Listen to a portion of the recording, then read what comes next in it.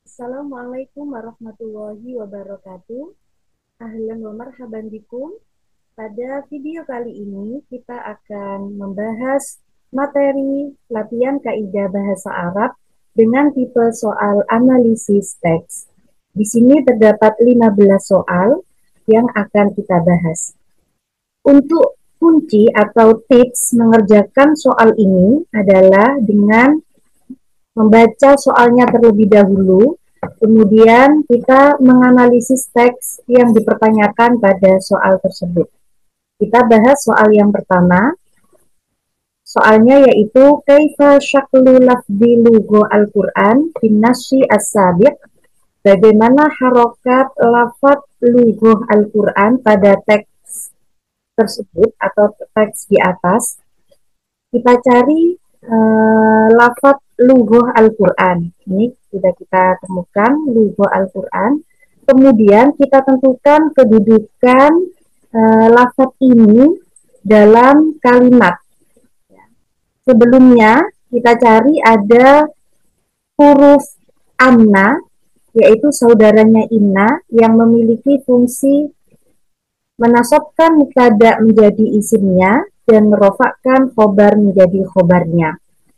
Anna di sini isimnya adalah al-lughatal arabiyata.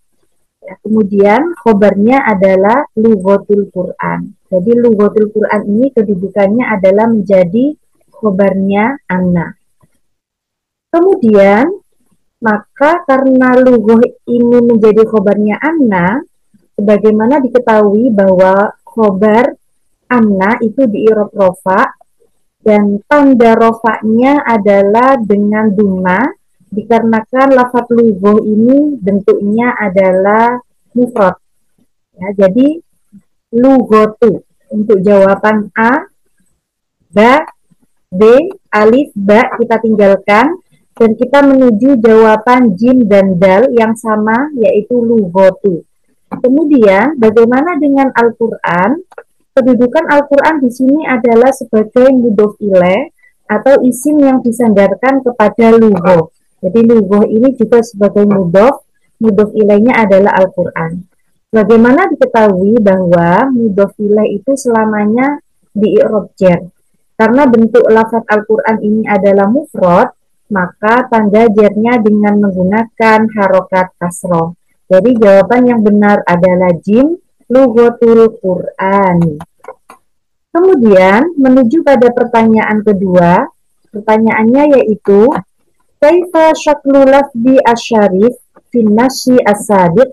Bagaimana harokat lafaz asyarif pada teks di atas?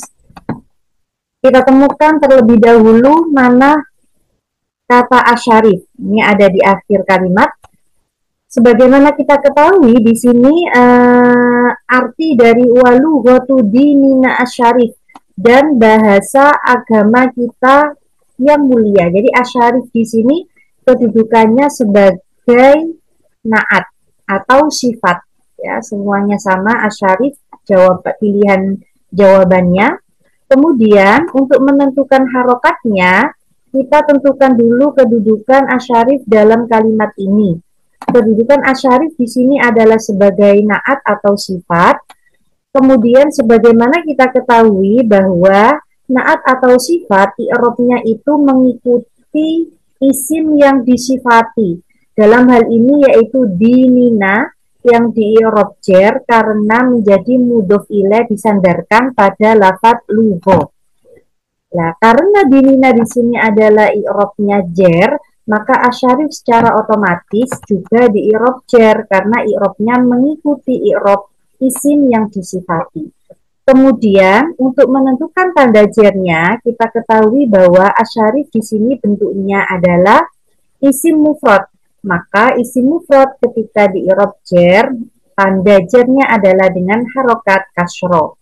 Di sini ada asyarifin ya yang dikasroh dan asyarifi. Nah, ba atau dal.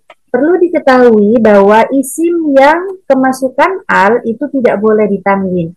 Maka secara otomatis huruf pilihan ba itu salah dan yang benar adalah pilihan dal yaitu asyarifi.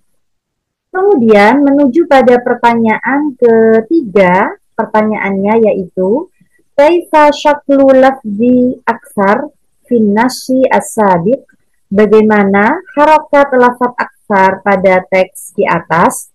Kita cari terlebih dahulu manakah lafaz aksar. Ini sudah ketemu. Di sini lafaz aksar jatuh setelah kana. Sebagaimana kita ketahui bahwa pengamalan kana adalah merofakkan mubtada menjadi isimnya dan menasubkan khobar menjadi khobarnya. Maka kedudukan aksar pada kalimat ini adalah menjadi isimnya kana yang di-i'rab rofa. Maka sebagaimana kita ketahui bahwa aksar di sini bentuknya adalah mufrad, maka isim mufrad ketika di-i'rab rofa ditandai dengan harokat duma. Pilihan yang benar adalah ba, yaitu aksaru. Kemudian pertanyaan berikutnya yaitu pertanyaan keempat, kaifa syaklu lafzi al-mutakatsir fi nasyi as-sabiq, bagaimana harokat lafaz al-mutakatsir pada teks tersebut. Kita cari terlebih dahulu mana kata al-mutakatsir dalam teks ini. Sudah ketemu. Kemudian kita tentukan kedudukannya terlebih dahulu, ya. Sebelum lafaz al-mutakatsir ini ada wa minal iqbali al-mutakatsir. Min di sini adalah huruf jar, masuk pada isim setelahnya, otomatis al-iqbal ini adalah di i'rab jar. Dan kedudukan al-mutakatsir ini, al-iqbal dan al-mutakatsir sama-sama berupa isim ma'rifah.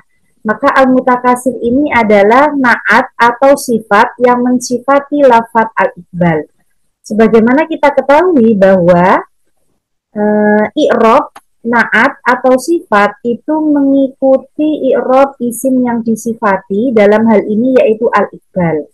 Maka al-mutakatsir adalah i'rabnya jar karena mengikuti i'rabnya lafaz al-iqbal yang juga di i'rab jar. Untuk menentukan tanda jarnya, ya, tanda jarnya kita analisis terlebih dahulu bentuk al-mutakatsir ini mufrad, tasniyah atau jamak. Nah, karena tidak ada tanda tasniyah dan jamak, maka al-mutakatsir di sini bentuknya adalah mufrad, maka tanda jarnya adalah dengan harokat kasroh. Manakah pilihan jawaban yang ditandai dengan kasroh, yaitu pilihan jim al-mutakatsiri. Kemudian lanjut pada soal kelima, kita baca soalnya terlebih dahulu. Mauqi'u allati finnasi as-sabiq 2, kedudukan allati pada teks tersebut yaitu kita cari lafaz allati, kemudian kita tandai. Sebagaimana kita ketahui bahwa allati merupakan isim mausul. Isim mausul ini kedudukannya dalam kalimat bisa berubah-ubah, akan tetapi kalau allati ini jatuh setelah isim, ya, dalam hal ini asifat yang merupakan isim ma'rifah, maka secara otomatis kedudukan allati dalam konteks ini adalah sebagai sifat, yaitu mensifati lafaz sebelumnya yang berupa isim ma'rifah, yaitu lafaz as-sifat yang ditandai dengan al. Maka jawabannya adalah jim, yaitu sebagai sifat. Kemudian pertanyaan keenam, pertanyaannya yaitu lafdu la tazalu finasi as-sabiq 2. Jadi lafaz la tazalu pada teks ini adalah, kita cari lafaz at-tazalu kemudian kita tandai. Nah, la tazalu ini termasuk saudaranya kana. Jadi kana wa akhwatuha termasuk saudaranya kana. Maka di sini jawabannya adalah aku. Aku itu saudara, kalau gonna tidak, aku anna tidak, aku laita tidak. Jadi la tazalu itu adalah aku yakunu. Dan saudara kana yakunu yang lainnya adalah ada amsa, asbaha, adha, zolla, bata, soro, laisa, mazala, manfakka, mafati'a, mabariha, dan madama. Kemudian pertanyaan ke-7, kita baca pertanyaannya terlebih dahulu. Kaifa syaklu lafzi Allah asani finnasi as-sabiq. Bagaimana harokat lafaz Allah yang kedua pada teks tersebut? Kita analisis terlebih dahulu lafzul jalalah yang kedua, kemudian kita tandai. Nah, kita analisis sekarang. Lafaz Allah di sini jatuh setelah lafaz sholla yang merupakan fiil mudhari. Sebagaimana diketahui bahwa setiap fiil itu pasti membutuhkan fa'il, yaitu sebagai subjek. Di mana ada fiil, pasti ada fa'il. Jadi kedudukan, sekarang diketahui bahwa kedudukan lafaz Allah di sini adalah sebagai fa'il dari fiil sholla. Sebagaimana kita ketahui bahwa fa'il merupakan salah satu isim yang di-i'rab rofa. Kemudian karena bentuk lafzul jalalah Allah di sini adalah isim mufrad, maka isim mufrad i'rab rofa'nya ditandai dengan harokat dhammah. Ya, untuk jawaban A salah Allah, dan jim juga salah Allahi. Sedangkan untuk jawaban ba dan juga dal sama-sama di dhammah. Manakah yang benar? Untuk isim ma'rifah perlu diketahui perlu diketahui lagi bahwa isim ma'rifah itu tidak boleh ditanwin. Maka jawaban yang benar adalah ba, yaitu Allahu. Jadi sallallahu jawabannya. Kemudian menuju pada pertanyaan ke-8, pertanyaannya yaitu kaifa syaklu lafzi tusolli fin nasi as-sabiq. Bagaimana harokat lafaz tusolli pada teks tersebut? Kita cari terlebih dahulu mana lafaz tusolli, kemudian kita tandai. Lafaz tusolli ini adalah fi'il mudhari. Fi'il mudhari yang jatuh setelah huruf an. Huruf an itu adalah salah satu huruf nasab. Maka secara otomatis fi'il yang jatuh setelah huruf nasab an itu di i'rab nasab. Jadi tusolli di sini di i'rab nasab. Kemudian kita analisis tanda nasabnya apa? Karena tusolli ini adalah fi'il mudhari yang akhirnya tidak bertemu dengan alif tasniyah, yaitu tusolliani wawu jama', tusalluna dan ya muannas mukhatabah, tusollina. Nah, tidak ada huruf-huruf tersebut, maka di sini ditandai dengan fathah. Mana jawaban yang menunjukkan bahwa tusolli ditandai dengan harokat fathah, yaitu pilihan dal, yaitu tusolliya, an tusolliya. Kemudian menuju pada pertanyaan ke-9. Pertanyaannya yaitu kaifa syaklu lafzi al-ilm fin nasi as-sabiq. Bagaimana harokat lafaz al-ilm pada teks tersebut? Kita cari terlebih dahulu mana kata al-ilm pada teks. Kemudian kita tandai. Sebelum al-ilm di sini adalah huruf jar min, maka otomatis isim yang jatuh setelah huruf jar min di sini i'rabnya adalah jar. Kemudian untuk menentukan tanda jarnya kita analisis. Kata al-ilm di sini bentuknya adalah mufrad. Ya, bentuknya adalah mufrad. Maka isim mufrad, ya, i'rab jarnya ditandai dengan harokat kasroh. Untuk alif dan jim, jawabannya pasti tidak benar karena tidak ada harokat kasroh di situ, dan yang mendekati adalah al-ilmi dan al-ilmin. Lagi-lagi kita ketahui bahwa isim ma'rifah yang ada alnya ini tidak diperbolehkan ditanwin. Maka jawaban yang benar adalah ba, yaitu al-ilmi. Kemudian menuju pembahasan pertanyaan ke-10. Pertanyaannya yaitu mauqi'u lafzi bab fin nasi as-sabiq huwa. Kedudukan lafaz bab pada teks tersebut yaitu, nah ini sudah kita temukan lafaz bab di sini. Lafaz bab ini di awal kalimat, isim yang di awal kalimat itu sebagai mubtada, gitu ya. Ini jawabannya sudah tentu, yaitu ba, yaitu mubtada. Kita cari alasannya kenapa kok menjadi mubtada?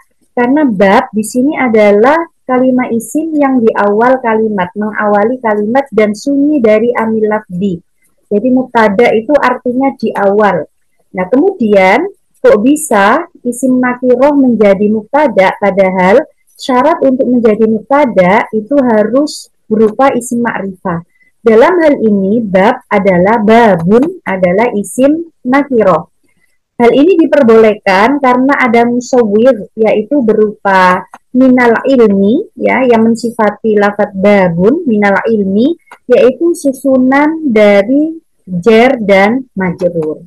Jadi kedudukan lafaz bab pada teks ini adalah sebagai mubtada. Kemudian pertanyaan ke-11, pertanyaannya yaitu mauqi'u lafzi khairun finnasi as-sabiq 2. Kedudukan lafaz khair pada teks tersebut adalah masih dengan teks yang sama, yaitu waqala aidon babun minal ilmi yata'allamuhu rajulu khairun minad dunya wa ma fiha.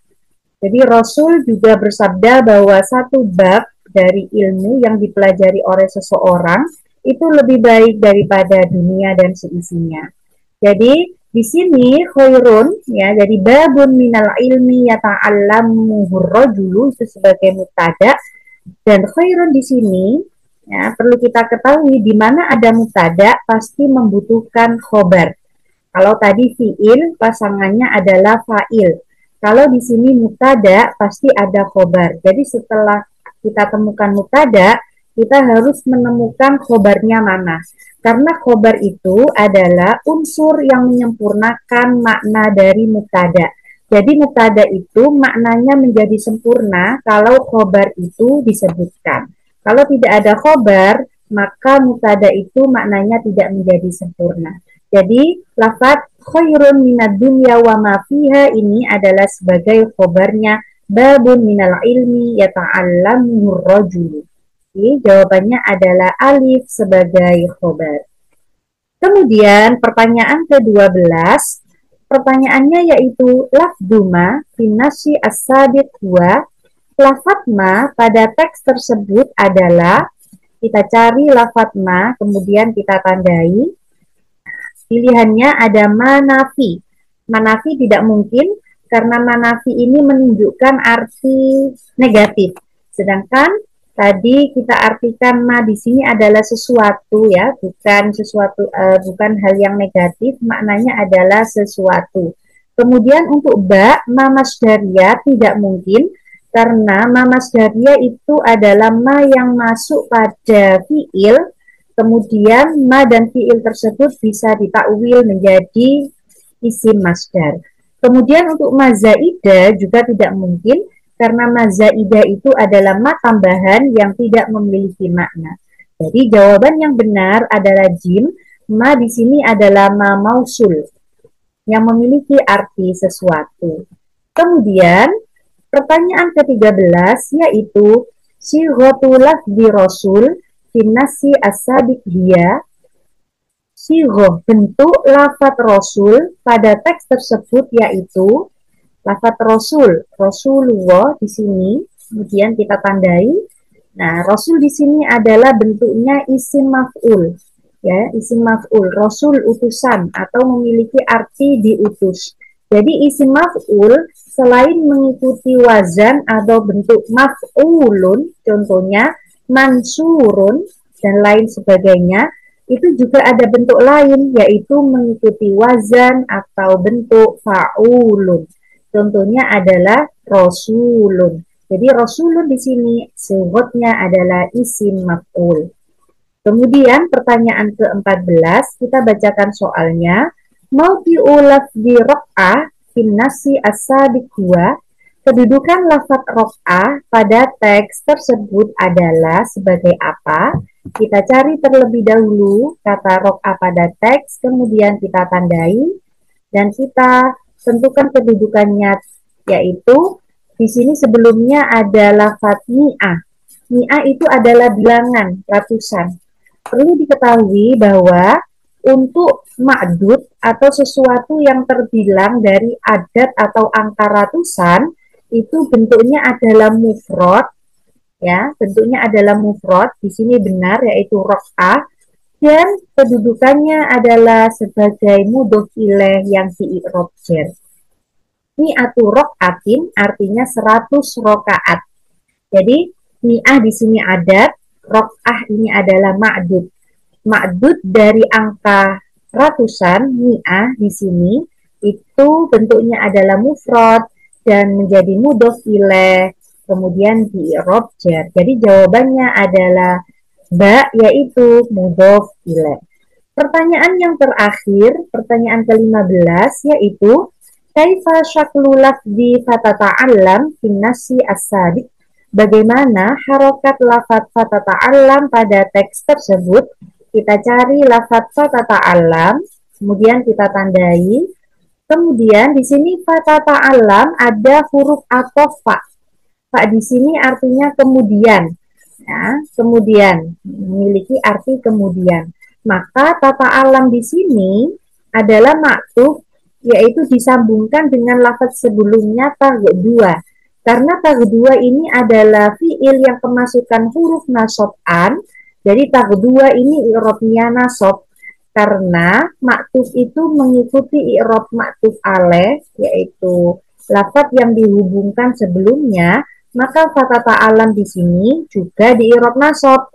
Karena lafaz tata alam di sini adalah fiil mudhari yang tidak bertemu dengan alif tasniyah, wawu jamak dan ya muannas mukhatabah, maka tanda nasabnya yaitu dengan harokat fathah. Jadi jawabannya adalah ba, yaitu fatata alam. Baiklah, demikian penjelasan materi tentang latihan menjawab soal kaidah bahasa Arab dengan tipe soal analisis teks. Kemudian berikutnya silakan kalian berlatih menjawab soal dengan klik link pada link berikut ini.